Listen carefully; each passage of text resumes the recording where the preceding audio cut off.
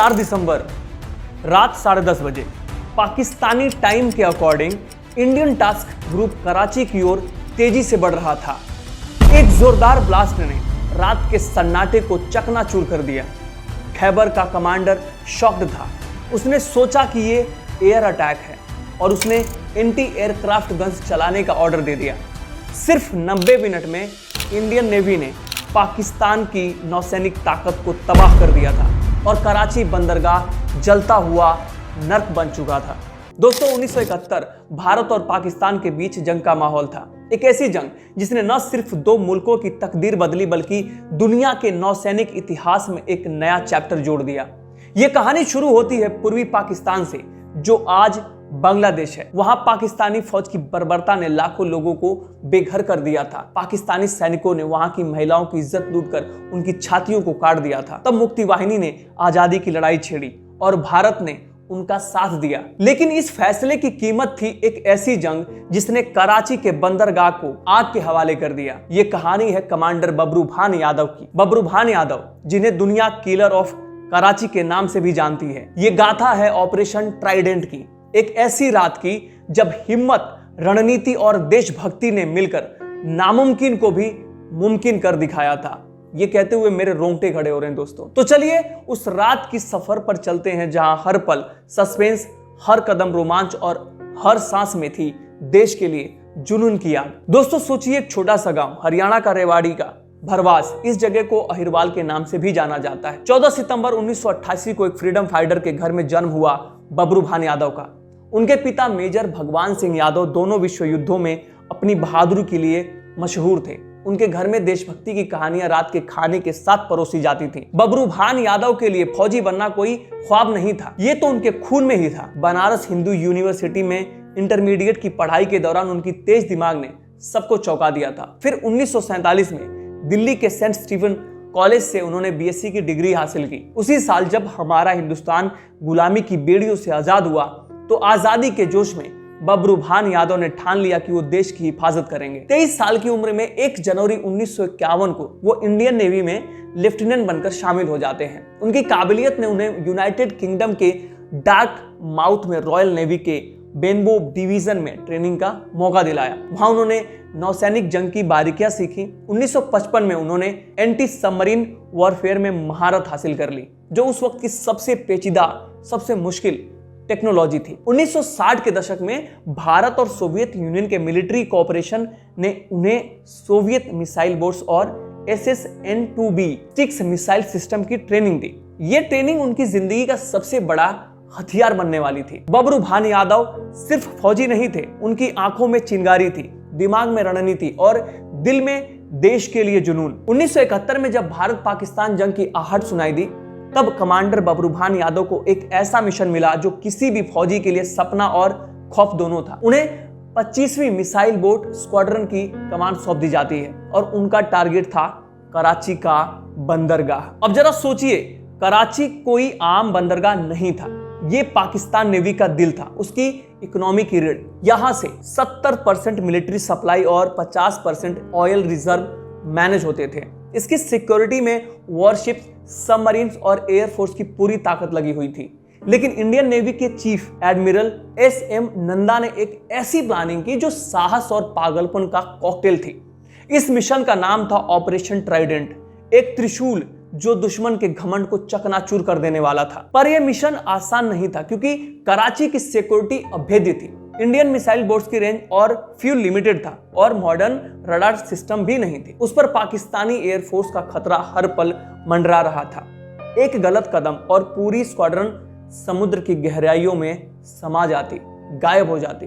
लेकिन कमांडर बबरू भान यादव ने इस चैलेंज को गले लगाया। 2 दिसंबर 1971 मुंबई में उन्हें 25वीं किलर स्क्वाड्रन की कमांड सौंप दी जाती है। उनके पास थे 3 विद्युत क्लास मिसाइल बोट्स, INS निपट, INS निर्गट और INS वीर। हर बोट पर 4 स्टिक्स मिसाइलें थी जिनकी रेंज थी 40 नॉटिकल माइल्स, माने करीब 75 किलोमीटर के आसपास। साथ में थे 2 पेटाज क्लास फ्रिगेट्स, INS किल्टन और INS कच्छल, जो रडार और कम्युनिकेशन में हेल्प करते थे। INS पोशाक एक फ्लीट टैंकर लंबी जर्नी के लिए फ्यूल सप्लाई करता था। बबरू भान यादव ने अपनी स्क्वाड्रन को तैनात करने में दिन रात एक कर दिया। डमी अटैक्स, युद्धाभ्यास, हर मुमकिन खतरे की प्लानिंग के साथ साथ हवाई हमला, सरफेस अटैक, सबमरीन अटैक, सब कुछ किया। दोस्तों, मिशन की सीक्रेसी इतनी थी कि सिर्फ चंद ऑफिसर्स को इसकी खबर थी। बबरू भान यादव ने मिसाइल बोर्ड्स की कमजोरियों को अपनी ताकत बनाया। उन्होंने कराची बंदरगाह पर रात में अटैक करने की स्ट्रेटजी बनाई, क्योंकि उस टाइम पाकिस्तानी एयरफोर्स के पास नाइट कॉम्बैट की कैपेबिलिटी थी ही नहीं, और ये था बबरू भान यादव का मास्टर स्ट्रोक। 4 दिसंबर 1971 की सुबह सूरज की किरणों के साथ टास्क ग्रुप गुजरात के ओखा पोर्ट से रवाना हो जाता है। समुद्र की लहरें जैसे उनके मिशन की गवाही दे रही थी। 250 नॉटिकल माइल की जर्नी के बाद वो कराची से 150 नॉटिकल माइल दूरी पर ही रुक जाते हैं। वहां दिन में रुकना जरूरी था, क्योंकि पाकिस्तानी रडार और एयर पेट्रोल हर पल उनके ऊपर खतरे बनके मंडरा रहे थे। दोस्तों, स्क्वाड्रन के हर सैनिक के दिल में एक तूफान था, जोश, रिस्क और देश के लिए कुछ कर गुजरने का जज्बा। बबरू भान यादव की नजरें समुद्र पर थीं, लेकिन उनका दिमाग कराची के हर कोने को स्कैन कर रहा था। वो जानते थे कि ये मिशन उनकी जिंदगी का आखिरी मिशन हो सकता है, फिर भी उनकी आंखों में डर नहीं था। एक चिंगारी थी जो कराची को तबाह करने के लिए काफी थी। दोस्तों, अब सभी सैनिक रात होने का इंतजार कर रहे थे। फिर सूरज धीरे धीरे डूब जाता है और समुद्र पर अंधेरा छा गया। सितारे चुपके से इस इतिहास की रात के गवाह बनने लगे थे। 4 दिसंबर रात 10:30 बजे पाकिस्तानी टाइम के according Indian task group Karachi की ओर तेजी से बढ़ रहा था। लहरें जैसे उनकी स्पीड को और बूस्ट कर रही थी। तभी INS किल्टन के रडार पर एक सिग्नल आता है। उनको 70 नॉटिकल मील दूर 2 पाकिस्तानी वॉरशिप दिखते हैं। सबकी आंखों में चमक आ गई। बबरू भान यादव की सांसें रुक सी गई। ये वही पल था जिसके लिए वो तैयार थे। उन्होंने अपनी स्क्वाड्रन को देखा, एक गहरी सांस ली और आदेश दिया, अटैक। दोस्तों, रात 11:15 बजे INS निर्घट की डेक पर सन्नाटा छाया हुआ था। सिर्फ मिसाइल लॉन्चर की हल्की सी आवाज आ रही थी। पहली स्टिक्स मिसाइल ने समुद्र को चीरते हुए उड़ान भरी। अंधेरे में उसकी लाल चमक एक तीर की तरह चली और पाकिस्तानी डिस्ट्रॉयर PNS खैबर के साइड में जा धंसी। एक जोरदार ब्लास्ट ने रात के सन्नाटे को चकनाचूर कर दिया। खैबर का कमांडर शॉक्ड था। उसने सोचा कि ये एक एयर अटैक है और उसने एंटी एयरक्राफ्ट गन्स चलाने का ऑर्डर दे दिया। लेकिन स्टिक्स मिसाइल की स्पीड और पावर के आगे उनकी हर कोशिश बेकार हो रही थी। दूसरी मिसाइल ने खैबर को आग का गोला बना दिया। जहाज में लपटें भड़की और वो समुद्र की गहराइयों में डूब गया। 222 नाविकों की चीख समुद्र में खोसी गई। फिर रात 11 बजे INS निपट ने merchant ship MV Venus challenger को टारगेट किया। दोस्तों, ये जहाज पाकिस्तानी आर्मी के लिए गोला बारूद और हथियार ले जा रहा था। बबरू भान यादव की 2 मिसाइलों ने जहाज को नेस्तानाबूद कर दिया।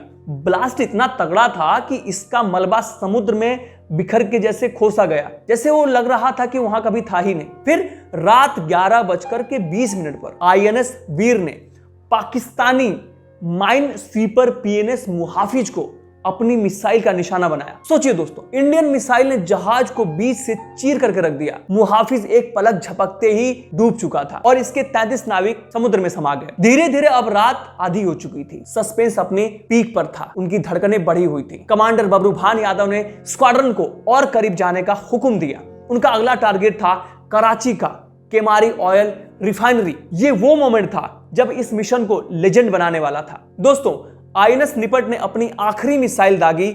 मिसाइल ने तेल टैंकों को हिट किया और फिर एक ऐसा ब्लास्ट हुआ जिसने रात को दिन में बदल दिया था। आग की लपटें आसमान छूने लगी थी। पाकिस्तान का कराची आसमान लाल हो चुका था। मीलों तक आग की रोशनी दिखी।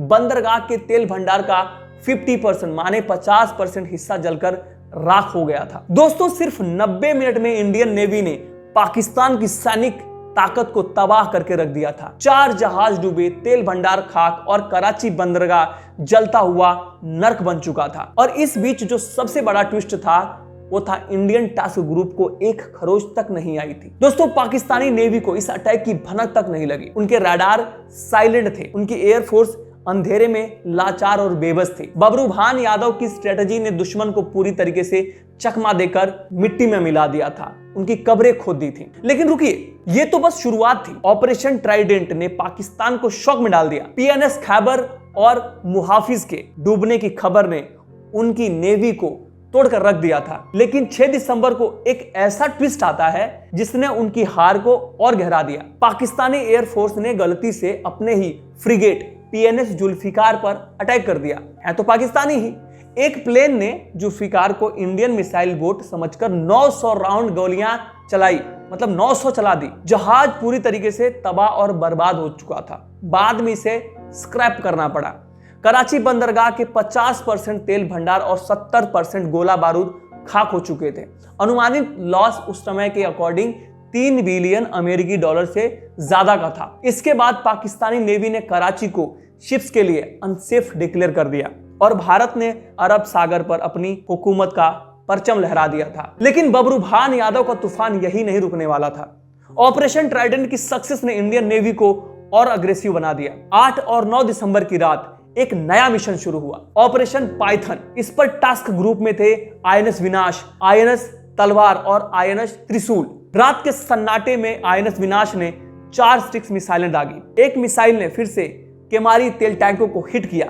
ब्लास्ट इतना खतरनाक था कि आग की लपटें कई दिन तक बुझी नहीं। PNS दक्का, एक सप्लाई शिप और 2 मर्चेंट शिप्स आग की चपेट में जलकर खाक हो चुके थे। कराची बंदरगाह 6 दिनों तक जलता रहा। ऑपरेशन पाइथन ने पाकिस्तानी नेवी को पूरी तरीके से नेस्तनाबूद खत्म कर दिया था और भारत का समुद्र पर अब राज अटल हो चुका था। दोस्तों, ऑपरेशन ट्राइडेंट और पाइथन की सक्सेस ने कमांडर बबरूभान यादव को लेजेंड बना दिया। 1972 में उन्हें उनके बेमिसाल साहस और लीडरशिप के लिए इंडियन नेवी के पहले महावीर चक्र से नवाजा गया। इसके अलावा INS निपट के commander lieutenant commander BN कविना, INS निर्गढ़ के कमांडर IJ शर्मा और INS वीर के कमांडर OP मेहता को भी वीर चक्र मिला और 25वीं मिसाइल बोट स्क्वाड्रन को किलर स्क्वाड्रन का टाइटल दिया गया। दोस्तों, ऑपरेशन ट्राइडेंट की इस अमर गाथा की याद में 4 दिसंबर को हर साल नौसेना दिवस मनाया जाता है। यह दिन इंडियन नेवी की शौर्य, ताकत और हिम्मत का प्रतीक है। बबरूभान यादव की स्टोरी सिर्फ जंग तक ही नहीं है। 1982 में वो नेवी से रिटायर हुए, लेकिन उनका जज्बा कभी कम ही नहीं हुआ। उन्होंने मर्चेंट नेवी में काम किया, कई शिप्स की कमान संभाली। उनकी जिंदगी सादगी और डेडिकेशन की मिसाल थी। 22 जनवरी 2010 को 81 साल की उम्र में दिल्ली में उनका स्वर्गवास हो गया, लेकिन उनकी बहादुरी की आग आज भी हर हिंदुस्तानी के दिल में जलती है। ऑपरेशन ट्राइडेंट सिर्फ एक जंग नहीं थी, ये एक रिवॉल्यूशन था। यह दुनिया का पहला ऐसा नौसैनिक अटैक था जिसमें surface to surface missiles use हुई थी। इसने नेवल वॉरफेयर की स्ट्रेटेजी को हमेशा के लिए बदल कर रख दिया था।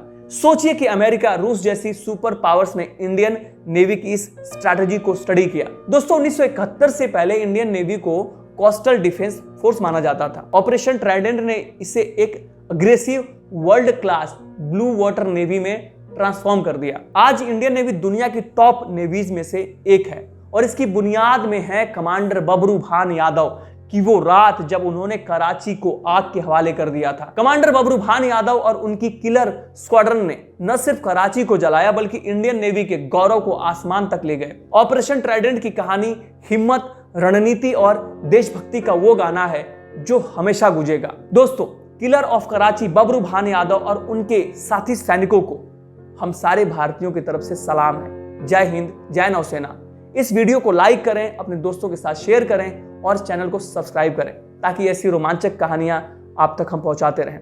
जय राघव, जय माधव।